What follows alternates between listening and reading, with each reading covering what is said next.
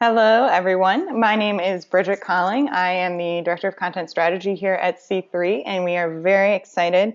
We had a huge positive response to this webinar, so we know you're all hungry to learn more about how to make an awesome nonprofit video, and we are excited to tell you more about it.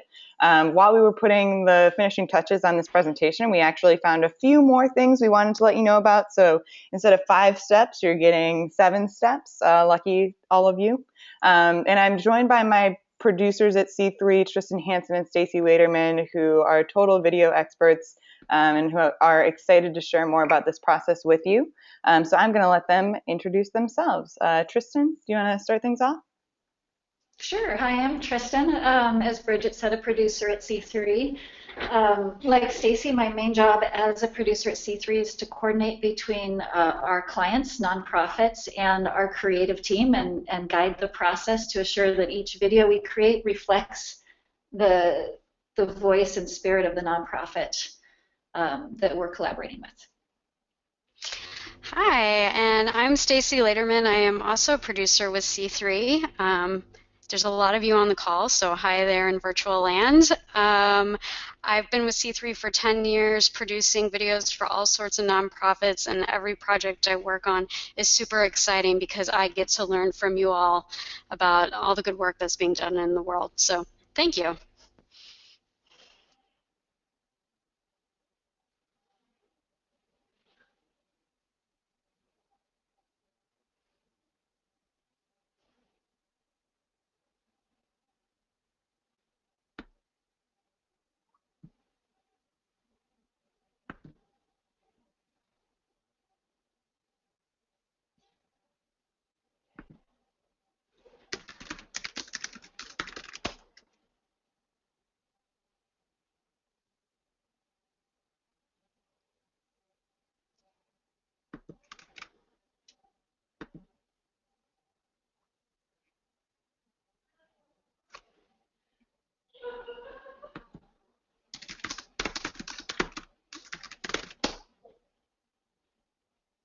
Hi, it appears that we think Oh, Bridget made. hey, hello, this is me. Thank you to everyone who put some questions in there. I had muted myself to avoid some background noise, and I did not unmute myself, but I'm here. Thank you to everyone who put that in there. So C3, really quick, is the digital agency for do-gooders. We work with nonprofits and social causes, and we really strive to be a partner for the nonprofits that we work with and help them achieve goals like fundraising, advocacy, awareness, recruitment. And we work with clients like the nonprofits who you see here, and I thank any of our current or past clients who are on the webinar right now. I'm sure there's a few of you on here. And so I see some of you are already using the questions function. Thank you again for that. If you do have any questions for me or Tristan or Stacy throughout this webinar, please use that questions box. I'll be staying on the webinar and fielding questions to them. So I'll try to throw some out if it's particularly relevant to something they're talking about. We do have a lot of content here, so I might try to hold most of them off until the end just so we can get through all the great information that Tristan and Stacy have put together here. So before we dive into all that content, I just wanted to get a sense of who is on this webinar. So we're going to do some quick poll questions. So my first question here is your organization planning to make a video in 2016?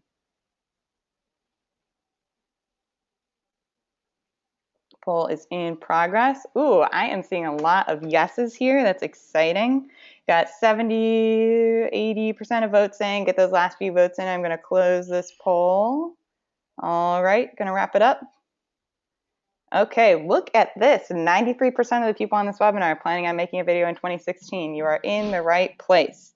So Awesome to see. to the 7% of you who aren't planning on making a video, extra props to you for being on this webinar, even though video is not quite on the horizon for you yet. I think it's great to plan ahead.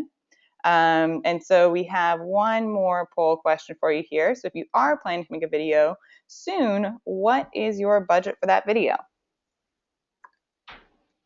And the results are coming in now. All right, we're about 50% there. Going to leave this open for a few more seconds before I wrap it up. Okay, we're at We need about some Jeopardy 75. music. We're at about 75%. I'm going to close things up shortly, get those last few votes in. Okay, here we go. So we see 76% of people in this up to $10,000 category. We're seeing 10% in the 11,000 to 20,000 category, and 8% of about 10% in the 20,000 plus zone. So thank you for that information. And I'm going to hide those results, and I am going to turn it back over to Stacy, who will kick things off with the first 2 steps for making an awesome nonprofit video. Thanks, Bridget. So those poll questions are excellent into the leading into our first steps and what it takes to make a video. The first question we're always asked is, how much is it going to cost me and how long is it going to take you to produce it? And these are very important questions because it sets the parameters for our creative process. One thing we're going to learn on this webinar is there's no magical answer and there's no wrong or right answer to these questions as well. There's definitely an ideal answer, but it always just depends.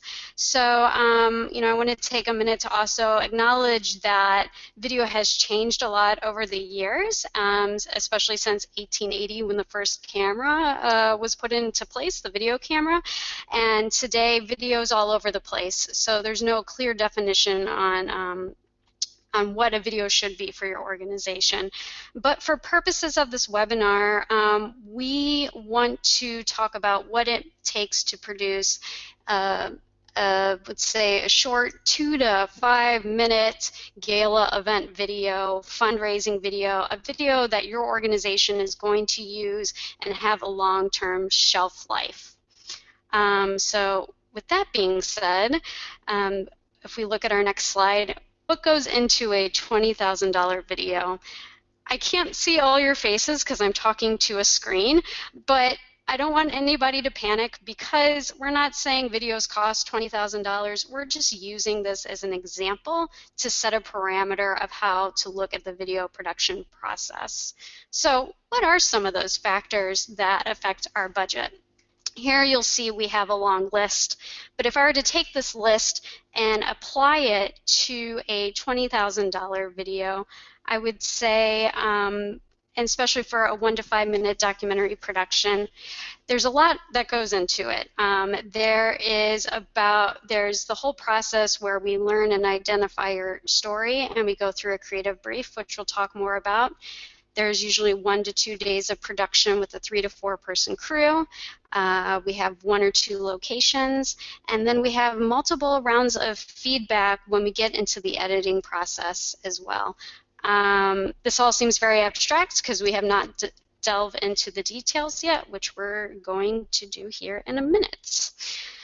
So our second question is about timeline. How long does it take to make a video? Well, my question is, do you really want to apply for a grant within 24 hours? I know I don't want to write a grant in 24 hours because there's a lot that goes into it. There's a lot of thinking, there's a lot of rewriting, there's a lot of sharing with my team. Same thing with applying for a grant is like making a video. So before you can say how long a video takes to make, you need to look at what those processes are and know what steps there are. So we're going to look at that now. So first you have to start with finding your story, and this component is called the creative brief. And Tristan's going to talk about this in a minute. Once you have your creative brief, it all seems so simple when you lay it out like this. Once you have your creative brief, you go into pre-production, and that usually for a 3 to 5 minute video takes 3 to 8 weeks. We calculate in 1 to 3 days of production, and then about 4 to 8 weeks for post-production, and then a distribution timeline. Again, this is all very theoretical, is usually around 4 to 12 weeks if you're doing an online campaign, but we strive to make videos that last much longer and have a longer shelf life. So from the theory to the concrete, Tristan, do you want to talk about what goes into the creative brief process? Sure, thanks, Stacy. So at C3, we start every project that we work on with the creative brief. If you are a nonprofit, making a video on your own, for example, using internal resources or not working with an agency, you can still apply this process to your own work. You don't have to work with an agency to go through this process.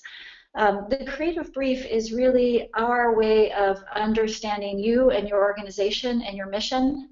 Our job is to work with you and look at your unique nature, your services, your messaging, your mission, your position on issues, and especially also to look at your target audience. So this is literally a document that we send out to ask a series of questions. The first question we want to look at is, what are the goals of the video, or the purpose? This is a slide from an old film from 1902, A Trip to the Moon, and of course their goal was to go to the moon, and that's actually a old-fashioned version of a spaceship arriving on the moon. So as Stacy mentioned, there's a variety of different reasons you would make a video. So if the goal is to make a feel-good piece to show at a 25th year anniversary, maybe the goal is simply to make people feel good and proud of being associated with your organization. Your goal may be that you have an urgent need to raise money for a specific cause or situation on the ground. If you're an animal rights group, you may be looking at a specific law ready to be passed in a state. You want to raise money, or maybe you want to get people to sign a petition. Your goal may be to put something on your website that offers a more emotional, not explanation, but that appeals to people's emotion and that describes your need, for example, in a way that text on screen on a website just can't. We also want to ask right away up front, what is your distribution strategy? You can make the best video in the world. And Bridget, do you want to go to the next slide? Oh, I'm sorry, excuse me. You're already there. No problem. So you can make the best video in the world, but if people don't see it, if you don't have a way of getting it to them, you've not used your resources wisely. So we want to ask that up front, and also think about tailoring the video to your distribution strategy. For example, if you're on Facebook, you're going to be thinking more about something very short, something more visual that can get people to click on the sound.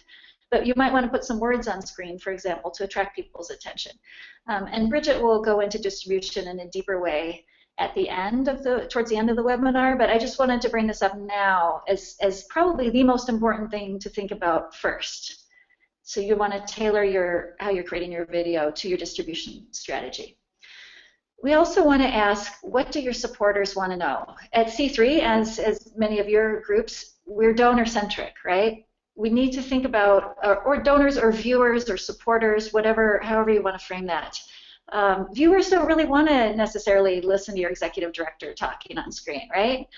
Let's put ourselves in the mind of the viewer. What's fun to watch on YouTube? What's interesting? What inspires me? What do I want to share, right? So let's think about that. And oftentimes viewers, they want to hear about your work, your impact, and often they want to hear about themselves. What is the donor role? How did the donor make this work possible, for example? Or what is their support doing to help a critical situation? Then we want to look at your needs as an organization and your messaging. And again, our job as producers is to listen to your expertise. You are the expert about what your organization does. And then to take our expertise in understanding viewers and what they want, and to try to bring those two together and create a successful video project. So when we ask you, what are your central messaging points, we're looking to find out everything. And again, regardless of whether you're working with an agency or not, you'll need to clarify this before you go into scripting. What vocabulary are you using, and what vocabulary are you not using? Are you trying to describe just 2 service areas or parts of your organization? Hopefully you're not trying to describe them all, because we want to just put in a gentle reminder, your video should not reflect all the content on your website or everything that your organization does.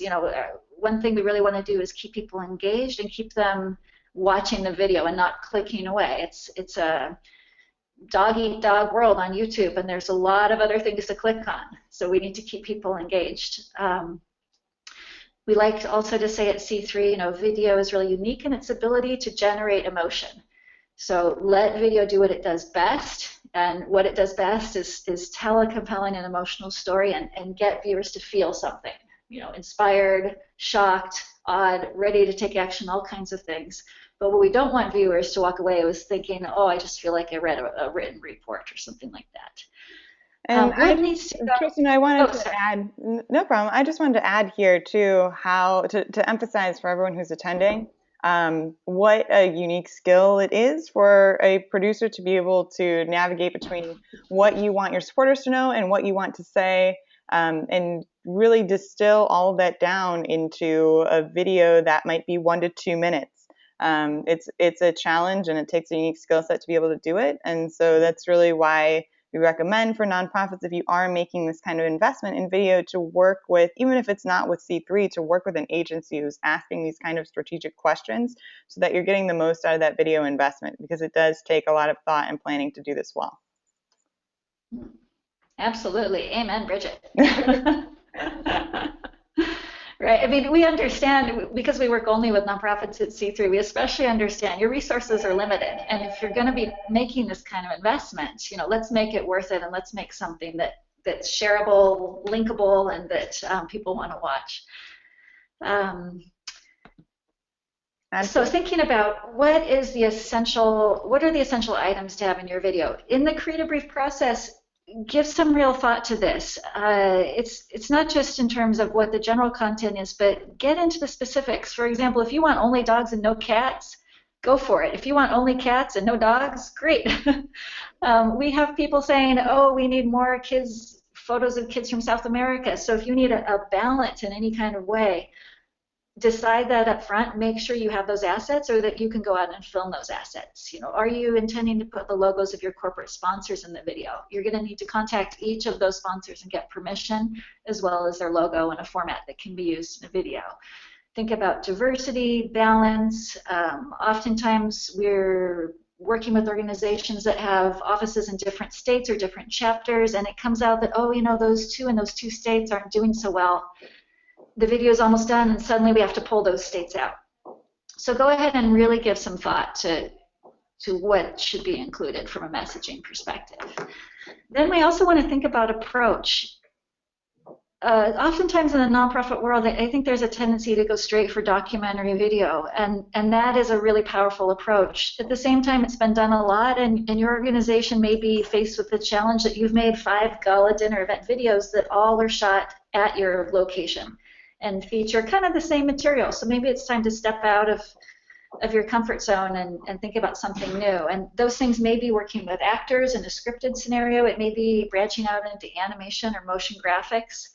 And it may be working with materials you've already shot, such as existing video and photographs. You also want to think about tone. And this is something that came in earlier with the messaging, but people are going to have one overall impression at the end. And what should that impression be? Should it be that they're reassured that you're the right right organization for the job? Should they be scared and fearful to the point that they want to sign a petition, share this immediately with their mom? Should they be just amused or inspired to take action and maybe donate? So once you've wrapped up the creative brief and all of these critical decisions are made, this is the point at which you're ready to head into pre-production. So with that, I'll turn it back to Stacy. Thanks, Tristan. So, shocker, we spent a lot of time planning our messaging, figuring out with our large committees what we want to say, what kind of tone we want to have in our video, just to move into more planning. Video is more planning than it is actual filming, which is something that I've just learned a lot about over the years. So let's talk about the difference of pre-production planning from the planning of your creative brief. So I'm going to go back to our example that we're working off of for a short mini doc about your organization. In the pre-production process, we need to find that story. Let's say we take the heartfelt road. We need to select subjects, and sometimes that can be very challenging and take a long time to find. Oftentimes we'll work with an organization and they'll say, we have this great constituent to tell our story. They've done this and they've helped us raise this money and they're so great. And then we pick up the phone and we call them and we do what's called a pre-interview. And during that time, we realize, yeah, this person might be great, but actually they're not great for filming. They're scared of being on the camera. They're not articulate. They're on the other half of the globe. We can't afford to travel there. So we have to spend a lot of time finding who are the ideal subjects to film, and who has the right voice for your organization. It's the same thing with locations, finding the right location.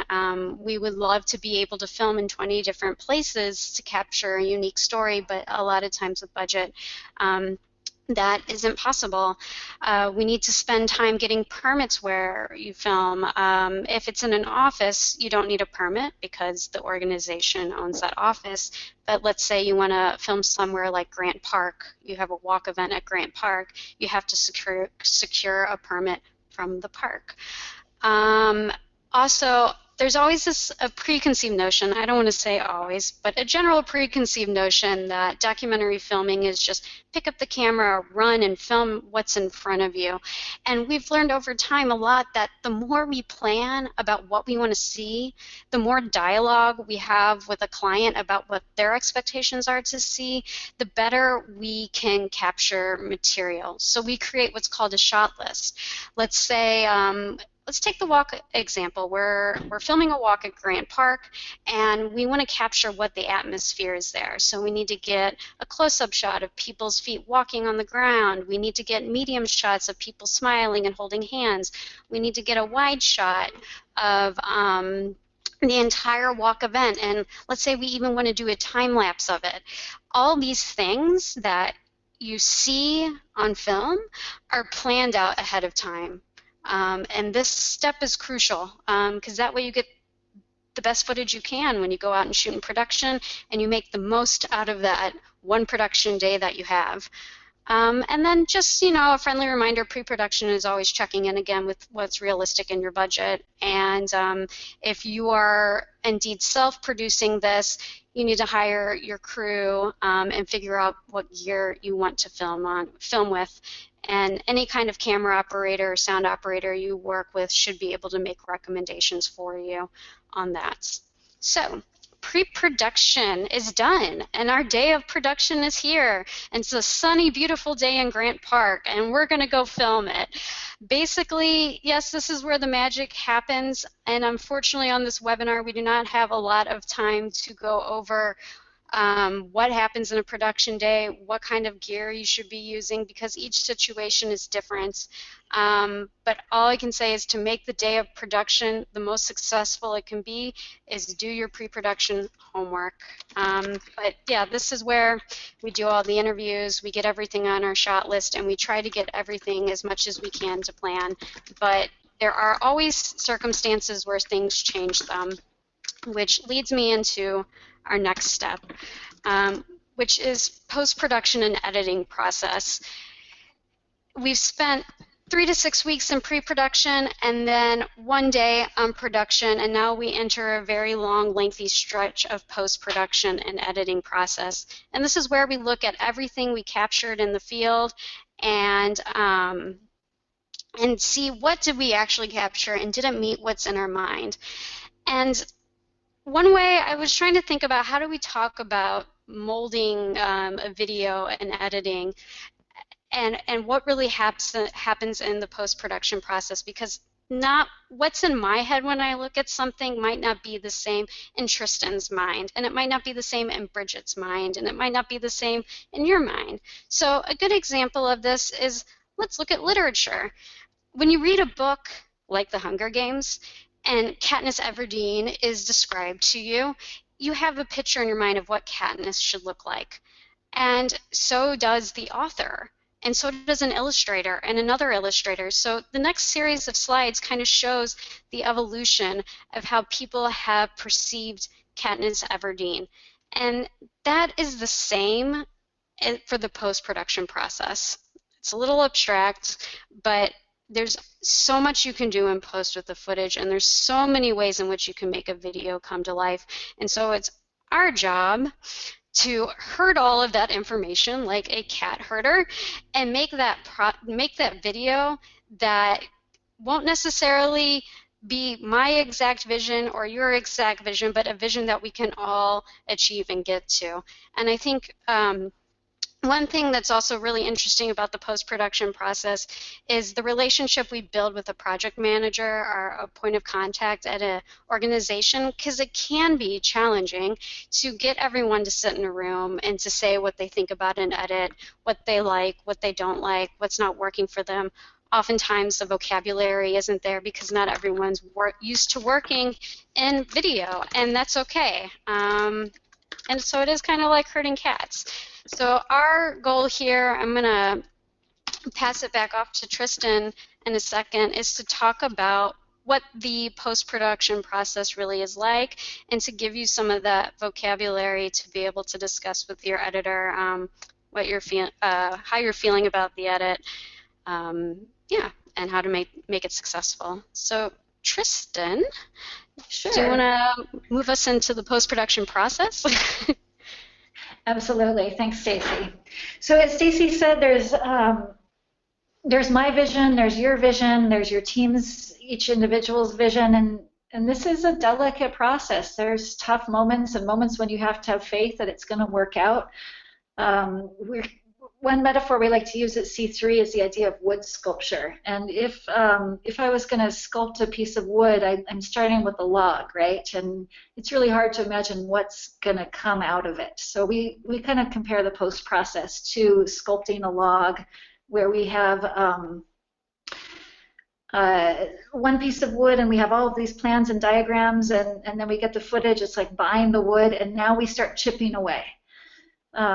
So the process is a step-by-step process, but we want to just emphasize that where you're going at the end isn't what you're going to see at the beginning. So the way we work specifically with the documentary film project is we start with a paper edit. So we take all of the interviews that we've captured, if we have interviews and it's an interview-driven piece, and we transcribe them, and then we go through and we highlight all the best points, the points that fit with the messaging. We look at who's saying what best, or that's actually more in the string out, excuse me, but we put it all on paper in the order we think it will go. And sometimes we might send that to a client and sometimes we don't. It kind of depends on the scope of the project and how much there is to choose from. But it's a balance. You don't want the same person saying everything, and so we kind of play around with that.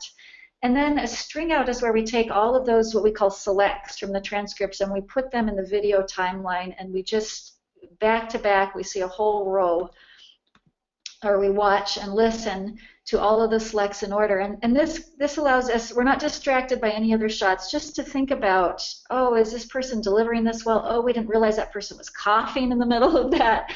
We need to change that out. And then after that, and so then we kind of trim them down. We might change the order around. This is not something that we often share with the client unless it's a very complex edit. And at that point, we really need the nonprofit to come in and say, okay, I see we could take that guy out, put this gal in, kind of thing. Then in the rough cut, once we've got kind of all the messaging points, all of the emotional story in the order we think that it works and resonates with the viewer, we go to a rough cut. And the rough cut, we start looking at the B-roll. B-roll is all of the shots kind of the world that support the story. For example, if we're telling a story about an after-school program, and let's say we've interviewed a couple of the kids in the after-school program, maybe the person that runs it, maybe the executive director, but then we go out and we shoot the program. So we shoot either the sports or the activities, the arts, we shoot the outside of the building. All of that extra stuff is B-roll. So we start laying that on top of the interviews. Just like you watch in television or in any documentary, you cut between an interview and then footage that illustrates the point or shows us what we're talking about. So we put the best images and the best B-roll on top of the interview footage. We put in some temporary graphics and some temporary music because we're just not to that stage yet, and so even maybe some temporary voiceover if it's that kind of piece. And then we send it to the client. And this, because you're kind of looking at a piece of wood that's only really got some rough shapes, and it's pretty tough to imagine. But the goal here is to really say, is this the best content? Is this in the right order? We realize it doesn't look like a finished video or sound like one. We're really focused on content. And once we confirm that content is correct, Then we're going to fine cut. So maybe we take out some statements, maybe we're missing something, and now we start to do the correct pacing. If we're working with a composer, they come in and they compose the music. If we're working with a music editor, working with music library, they also take their first pass. We refine the graphics, make those nice lower thirds, use a nonprofit's color scheme and your logos and your fonts. And so we send that fine cut, and then this is pretty close to what it should look like, but we still have a little tweaking to do. So then maybe at this point we say, oh, I realize we have 3 shots in a row and they're all girls, and they're all girls of the same age. Like, let's change that out, or it's kind of slowed down at this point, so we might speed it up, or maybe something feeling too fast. And then we'll present the final cut. So at this stage, the final cut really should be just a quick check. Is everything spelled right? Any factual mistakes, for example, if we have text on screen. And then we move on to finishing touches, which is where really the piece begins to shine in a really gorgeous way. So finishing touches could include, and Bridget, do you want to move to the next slide? Color correction, we sound mix. Sound is 50% of any video. So one thing to keep in mind as you finish a video is that mixing sound, adding in sound effects. Let's say I have a child alone on a beach that has been orphaned by a family. Well, if I just show that child on the beach, it's sad. But if I put the sounds of windstorms in there and trees falling, it's going to suddenly make this image just come to life and resonate emotionally in a very deep way. Same with your transitions. If you have a funnier piece, putting in some sound cues is really fun, and it transforms the whole thing. We call this sound sweetening. And then final music composition, if the music needs to be readjusted by the composer, we complete that, and then we deliver the package to you as whatever file you want. And that's where, in some ways, the real work begins on an organization's side, which is distribution. Now that you've made this incredible video or sculpture, who's going to see it? Yes. So Bridget, I will pass that on to you. Yes, so this is where I come in as not the video expert on this webinar, but the digital communications and marketing expert.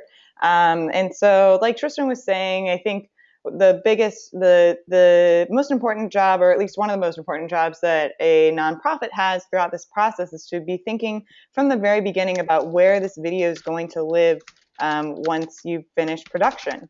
And so we have examples of a nonprofit who used their video and actually different assets from the video on their website and on various social media sites. So you can see here, not only were they thinking about, okay, we know that the video that we're creating is going to be placed on the website. What you're seeing on the left here is like a video slideshow that's on their website and on the homepage of their website. But they also used assets from that video on their social media, on their Facebook page, which is what you can see on the top there. That Facebook cover photo is actually a shot from the video shoot. And then finally, they're also thinking about how they're going to use that video on their YouTube page. So this isn't that same exact video, but another one that they did more recently to keep that YouTube page fresh and to make sure that the videos that are featured on there are something that's up to date, so that when people check their YouTube page, they see that something's been updated relatively recently, and it's not a YouTube page that hasn't been touched in 5 years and that no one is thinking about anymore. So thinking really strategically about where your video is going to be placed is extremely important. One thing that we are seeing an explosion of is video on Facebook, and we've had a lot of nonprofits talking to us about this. And so lucky for us, we actually recently just worked on a project where we produced a video for Facebook. Stacy oversaw the production on that, and I was involved in some of the digital communications work around that video. And so we actually got this video featured on Upworthy, which was awesome. And the video was produced for Facebook. So we couldn't have done this video the right way if we weren't thinking about where the video is going to live afterwards from the very beginning of the video creation process. Because when you produce a video for Facebook, and there are different kind of attributes for different social media networks, but when we're thinking about Facebook specifically, how people watch the video on Facebook, we're not thinking about someone watching on their computer. if you see this screenshot here, we're actually thinking about how people are watching it on their phone, because we know many more people are consuming entire Facebook videos on their phone without ever turning the volume on. And this is a way that if you're putting video on Facebook and directly uploading it, this is probably how a lot of your constituents are watching those videos. And so you need to be thinking, when we say thinking mobile first, it means actually doing those rounds of feedback by looking at the video on your phone and seeing, how big is the text? Can I read it? Do I understand what this image is trying to convey, or does that image need to be a little bit bigger? Can I understand everything that this video is trying to communicate to me without turning the sound on? Because chances are a lot of people who watch on Facebook are never going to turn the sound on your video. So those were all questions that Stacy and I were asking as we went through this video production process with this client.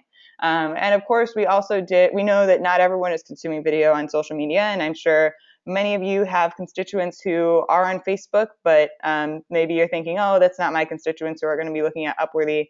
And so it's important to think about who your audience is, and know that, and to put the video in multiple places so that you can hit different segments of your audience wherever they tend to be online. So we did also make sure that the video was embedded on a page on this nonprofit's website as well. And it was distributed on a few other social networks as well, and it was optimized to those social networks. And another thing I wanted to mention, so something that C3 does and that any good agency should do if you work with them, is always adding English and Spanish subtitles to videos. This really helps make your video totally searchable on YouTube. I like to explain this to clients by saying that a lot of times when you put a video on YouTube, it's like you're putting a black box on there that YouTube and Google and any other search engine can't really read. They don't understand what's inside a video. They can't hear the words that the people in the video are saying. But when you add a subtitle script to the video, all of a sudden everything in that video becomes searchable. And it has a huge impact on your SEO, and it's a very simple investment, a pretty easy investment to make.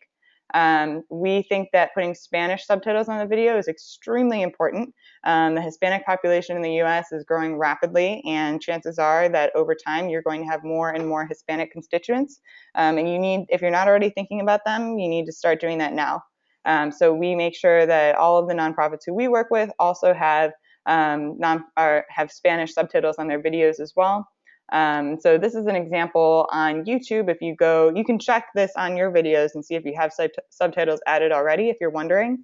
If you click that little CC button, there's an original menu that comes up, and then you click on this subtitles thing, and it'll show you what subtitles are on there. So YouTube auto-generates English captions. I recommend uploading your own file there because the auto-generated ones don't always get it right. And you could have some really important keywords that you could be losing. And then you can see here, so we have the regular English captions that we added, and then we have the Spanish captions as well. Another way that we find really helps boost the SEO of your YouTube videos is by adding some adding tags and titles to your videos that make them easy to search. So this video that I have up on the left here is actually a channel that I'm super obsessed with right now. Not only because they have nice workout videos, but also because I am really interested in how they utilize SEO on their videos. So you can see here on the left, they have this video that's called Total Body Toning Low Impact Cardio Workout. That is a mouthful, and that is not something that anyone's going to be looking up in their search bar necessarily, but they might be looking up different phrases that are within that title. And you can see they actually added a second title on there, 30-minute at-home cardio workout. I challenge all of you to go back and look at your YouTube channels if you have them and see what you've named your videos on YouTube. If you name them something like 2015 gala event fundraiser video or 2014 summer campaign, no one's looking up those terms on YouTube. So think about what's in your video that people might be searching for and add new titles to those videos and see if you don't see the views go up gradually over time. I bet that you will. But a lot of nonprofits, because distribution is kind of the afterthought after production's been completed, aren't thinking strategically about how to title and tag their videos. So I have another example here of some terminology that's included inside of this video for Eli Talks, which is a C3 production. And so we included some of these big names in the title itself. and something that's kind of like a more Upworthy type title that would be intriguing for people, that would make them interested in clicking and wanting to learn more. And I think that's another good method that you can use in your video titling as well. So maybe if you think, oh, there's, I'm not going to find any good keywords in my video that I can put in my title, or that just doesn't feel right, trying to find a clever title that is going to pique people's interest is also another good strategy for, not necessarily for SEO, but definitely for engagement. And making sure that people are wanting to watch the things that you're putting online, because a title like this is also more interesting than the Gala 2015 video or something like that. Oh wow, we sped through that. So another thing that I wanted to mention on here too is adding tags. So when you upload a video to YouTube, you can add tags to the video as well. So you could tag things like, for example, with the Eli Talks video, you could tag Jewish community, you could tag Hank Azaria, you could tag this talk specifically was about Ladino culture. So by applying those tags to your video when they're on YouTube, they signify to the YouTube search engine that this is what this video is about, and if someone is looking at this topic, you should serve them this video. So it's really important to utilize those tags, and it really just maximizes your video's exposure when people are searching for it. And so I wanted to wrap by saying that I think this is another great reason to work, if you don't work with C3 specifically, to work with an agency on a video, because it is such a big investment that there's so many questions and so many different things that you can be thinking about to really maximize the impact of your video, that a lot of nonprofits, it's just not going to be the first thing that you think about when you're going into this video production. And so I think at C3, we have a lot of experience in helping nonprofits think through videos from idea all the way through implementation and distribution. And I love partnering with Tristan and Stacy on video projects to make sure that videos get as much exposure as they possibly can. Because we think that the money that you spend on your videos is really important, and we want to make sure that you get extreme amounts of value out of every last dollar that you spend. So we are all about impact and making sure that you really get the most out of your videos. And so by thinking through things like distribution, by asking those questions that Tristan was mentioning about the creative brief, by making sure that you have consolidated feedback like Stacy was touching on, all of those things are so important for having an awesome nonprofit video. And they're things that if you're working with any agency, they should be talking to you about and asking you for. So we really wanted to equip the people in this webinar with that information, so that when the 97% of you who are going into making a video in 2016, or when you're doing that, you feel equipped and like you have a little more power and knowledge in that process. So we do have about 15 more minutes. I'm going to check out the questions right now, and I'll field some. Oh, look at this. There's so many. Okay, so let me look. We are speedy talkers, but we're excited for your question. I had my my question thing. It hadn't moved down automatically, and I was like, oh man, I don't know if anyone asked any. And then I saw a bunch. Okay, so Juliana asks, do you have a Spanish speaker on staff to do your captions? Do you hire someone externally? If the latter, what roughly would that cost? So Stacy, would that be a good question for you to answer?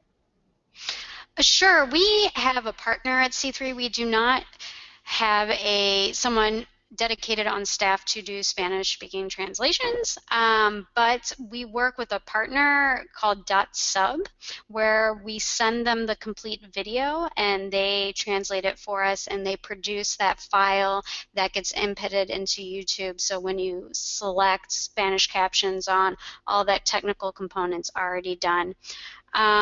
I do not have the rate sheet in front of me, but we can definitely post more information about .sub following the webinar. Yeah, I'll include a link to .sub and their services in our follow-up email to this call. They also do multiple languages. I just want to throw that out there. It's, Arabic, German, whatever. They do it all. So this is a good question for Tristan. So someone mentioned, earlier on in the PowerPoint, when we were talking about the pre-production process, we had Find Your Story as the first block there. And so this person said they weren't clear what defines the find your story versus the next step of pre-production.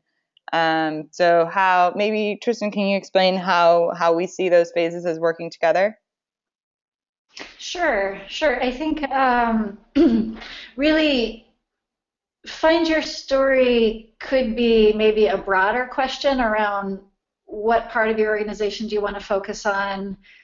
It may be that you're not going to tell a story that's about one person who's benefited from your services or your organization. Maybe you're going to make a video about broadly what your organization is trying to achieve. Or maybe you think that, oh, we know individuals who have really benefited. Let's decide to make a documentary piece on one individual or two individuals, compared to doing a motion graphics piece. It's going to introduce your organization and its broader mission without talking about individuals. So maybe that's more find your story. And then if you do decide to do a story on an individual, that would come in the pre-production process. Great. So Stacy, here's one for you, being having worked for C3, an agency, for 10 years, and probably also seeing a lot of other nonprofit service agencies as well. Someone asked, what should nonprofits be looking for in an agency? And I'm assuming she means, when you're looking for an agency who's going to partner with you on a video, what are some of the, I guess it would be good to know, like, what are some of the things that you absolutely want to have, and then maybe what are some red flags too that you should totally avoid? That's a great question. First and foremost, you want a partner. You want someone who's going to listen.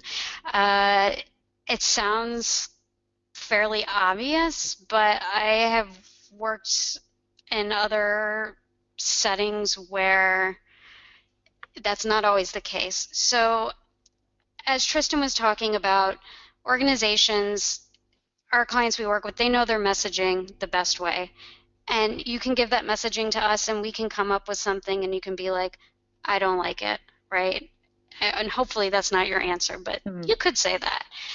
It's our job to ask those questions. What don't you like?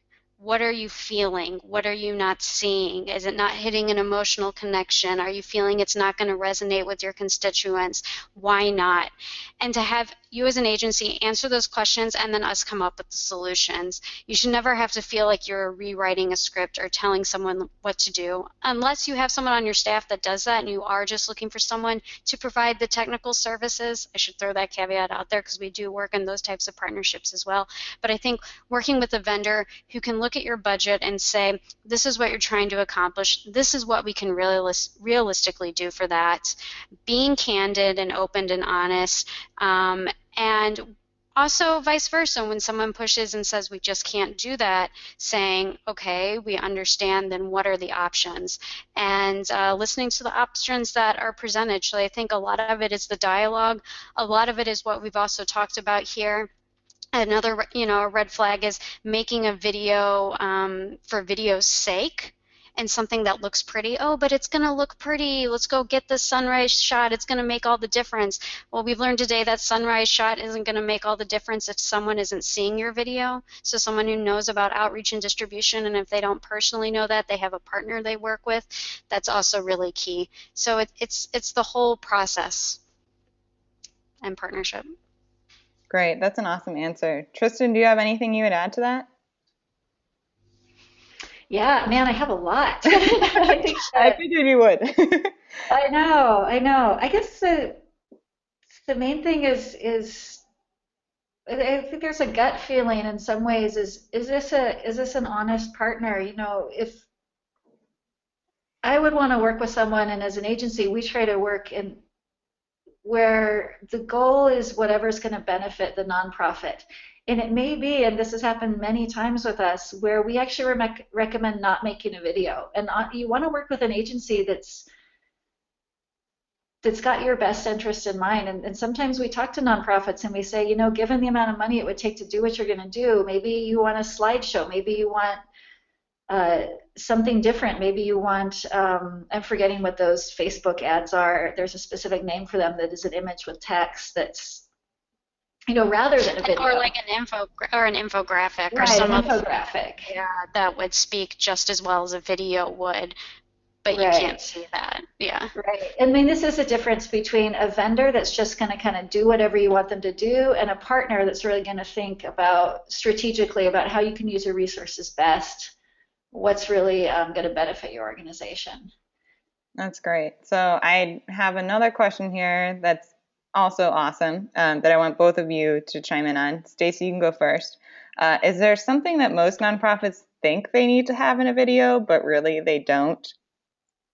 Yes. If everyone can laugh with me for a second, and don't take this in the wrong way, so a lot of organizations want their executive director in the video, and I know that's like it's serious, and we do take it very seriously, and we work executive directors into videos a lot. But at the end of the day, most constituents, it's not going to make or break the executive director being in your video. It's the people on the ground that you're helping. I think another thing too is a credit list and thank you roll to the donors, working in logos from high-end donors or their names. Yes, in some cases, if the video is made for that group of people and it's going to be shown in that environment and that's your target audience, by all means, that's what we should be doing because that's what the type of video you're making. But if it's for a general audience, which there never is, but let's say it's a target group you're trying to reach, that we don't include that. And then one other, and I'll give it to Tristan, is just in general, saying we need an animation video or we need a motion graphics video because we saw this other organization do it and it was really cool. That's never a reason to make a video or a reason to go in that approach. It's what approach is best for your organization and your constituent base. Hmm. I think those are smart things to think about, Stacy. I don't have a lot to add. I think that one thing I would add is just thinking about language. And oftentimes we present a script, and our job is to make a nonprofit's messaging and vocabulary easy to understand. Everything in a video needs to be a quick read, right? If I see a mountain, if I just want to tell people that we're in the mountains, I just need to throw a mountain up there.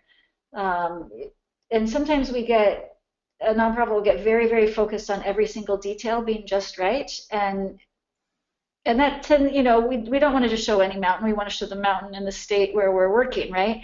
But when it comes to vocabulary, that's an area where maybe a nonprofit is using a lot of terms, but sometimes it can get to the point where all of that terminology, if you change the script to reflect all of that terminology, it's really not comprehensible to the common person, or it's comprehensible, but it's like it's not compelling. It's not emotional when it feels like it's been written by a Marcom department.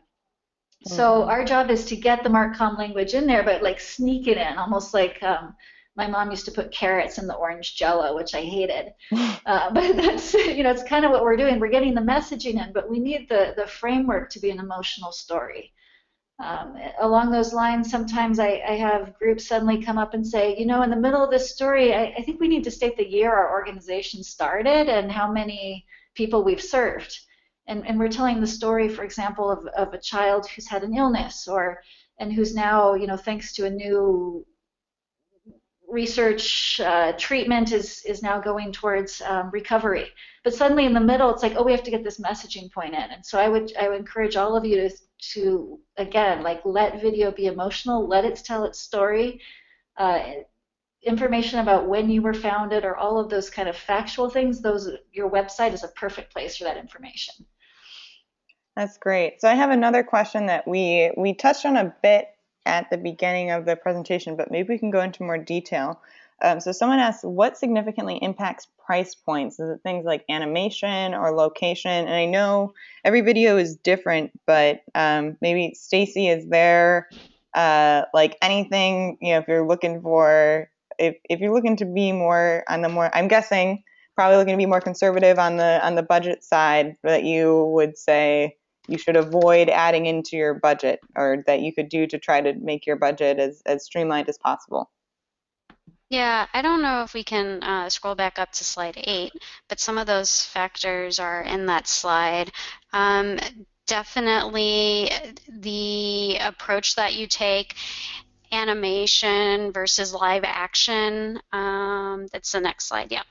Animation versus live action is definitely one to take into consideration. And then even within those categories, there's subcategories, right? So we haven't talked a lot about animation on this call, and I'm happy to just open up that can a little bit. Animation, you can work from templates that are out there, right? So you can go into iStock and find images that you like and animate them, or you can also work with an illustrator. But that is significantly more because you're adding another person onto your team. Live action, it's the same thing. How many actors are you working with? Each actor has to be paid. How many locations are you working? And if they're not locations that there's someone's house, you got to pay for the location. How many production days? Each day the crew needs to be paid. Do you have a large enough team internally where you can go to your partner and say, we've done a creative brief, this is what we have, this is exactly what we want to do? Or do you need to work with a strategy partner who can help determine all that information for you? What else? Voiceover talent, music. There's so much stock music out there these days, and there's a lot of good stock music, but sometimes you need a piece composed as well. That's also a factor in the budget. And then also just the time it takes to edit. A lot of times I'll hear, we work with nonprofits and consulting as well. So let's say you have an internal video team and they want guidance, and we hop on a phone call and talk about that. And sometimes we'll be like, yeah, well, we're going to this event, so we're just going to shoot it. And for archiving purposes, yeah, that's great. But if you're working on a video and you're just always picking up a camera and filming, at the end of the day, you're going to have a lot of footage to go through, and that adds a significant amount of more time onto post-production. So instead of just having an editor for 4 days, you might actually have an editor for 8 days to go all through that. So good pre-production helps figure out all those budget points at the beginning as well to determine what you can do. Great. So Tristan, that was a lot of information. If you want to add anything. Well, we have two more I think questions those are the that primary. I want to sneak in. Yeah. So let me see if I can get through these 2 in 2 minutes. We can keep our answers concise because I think they're both good questions and good points that I want to answer. So one is someone said, I think this is coming from a video producer actually, but will be good for our nonprofits on here to be aware of. So many times a nonprofit director, so the marketing person or whoever, is unaware at the start of a video project that it's going to demand a lot of their time. And I'm sure this is something that both of you have navigated before. So Tristan, how and when do you like to address this with your clients? That's such a great question, and bless your heart for bringing that up. It does take a lot of time on the part of the nonprofit. I would say that part of the point of the webinar is to illustrate how much time this will take. What each nonprofit and what we require our clients to do is to choose one point of contact that will consolidate all of the feedback from an organization. But that point of contact really needs to be available sometimes on a daily basis, sometimes not. I mean, normally you have a timeline where things are predictable. And for example, if we're working on an edit for 3 or 4 days, we don't need much of that person's time. But if we're working through messaging points and we need multiple meetings, that's an important amount of time. And then sometimes if casting falls through, there may be a significant amount of time. So at C3 specifically, we start with a project kickoff call where we go through the timeline, discuss who would be the best point of contact, and usually that person is not an ED or someone who travels or needs to be public facing much of the time. Ideally, it's a project manager at the organization. Great. So it is 2 o'clock. I'm going to wrap up. We had one more question about Facebook captions, and I will speak to that quickly, and then we could also follow up with that in an email. But you can add captions to Facebook videos similarly to the way that you add captions to YouTube videos. You just upload them directly to the video. It's pretty cool. They have a pretty robust video editing feature. And so you can also add burn-in captions to the video as well, so that people can see them on the bottom of the video no matter what, even if they don't have the captions turned on. So we're ending on the future of video here. And thank you all for your awesome questions. It's really great to see this great feedback, and we really appreciate you all being on today. And I'll be sending out the recording of this email and the slides in an email either today or tomorrow. And if you have any additional questions, I'll include Tristan and Stacy's email. It's in these slides, but I'll include it in our follow-up email as well. So please reach out to us. We are glad to be a resource to you, and are wishing you all the best of luck in your video projects next year. Thanks, everyone. Thanks. Thank you.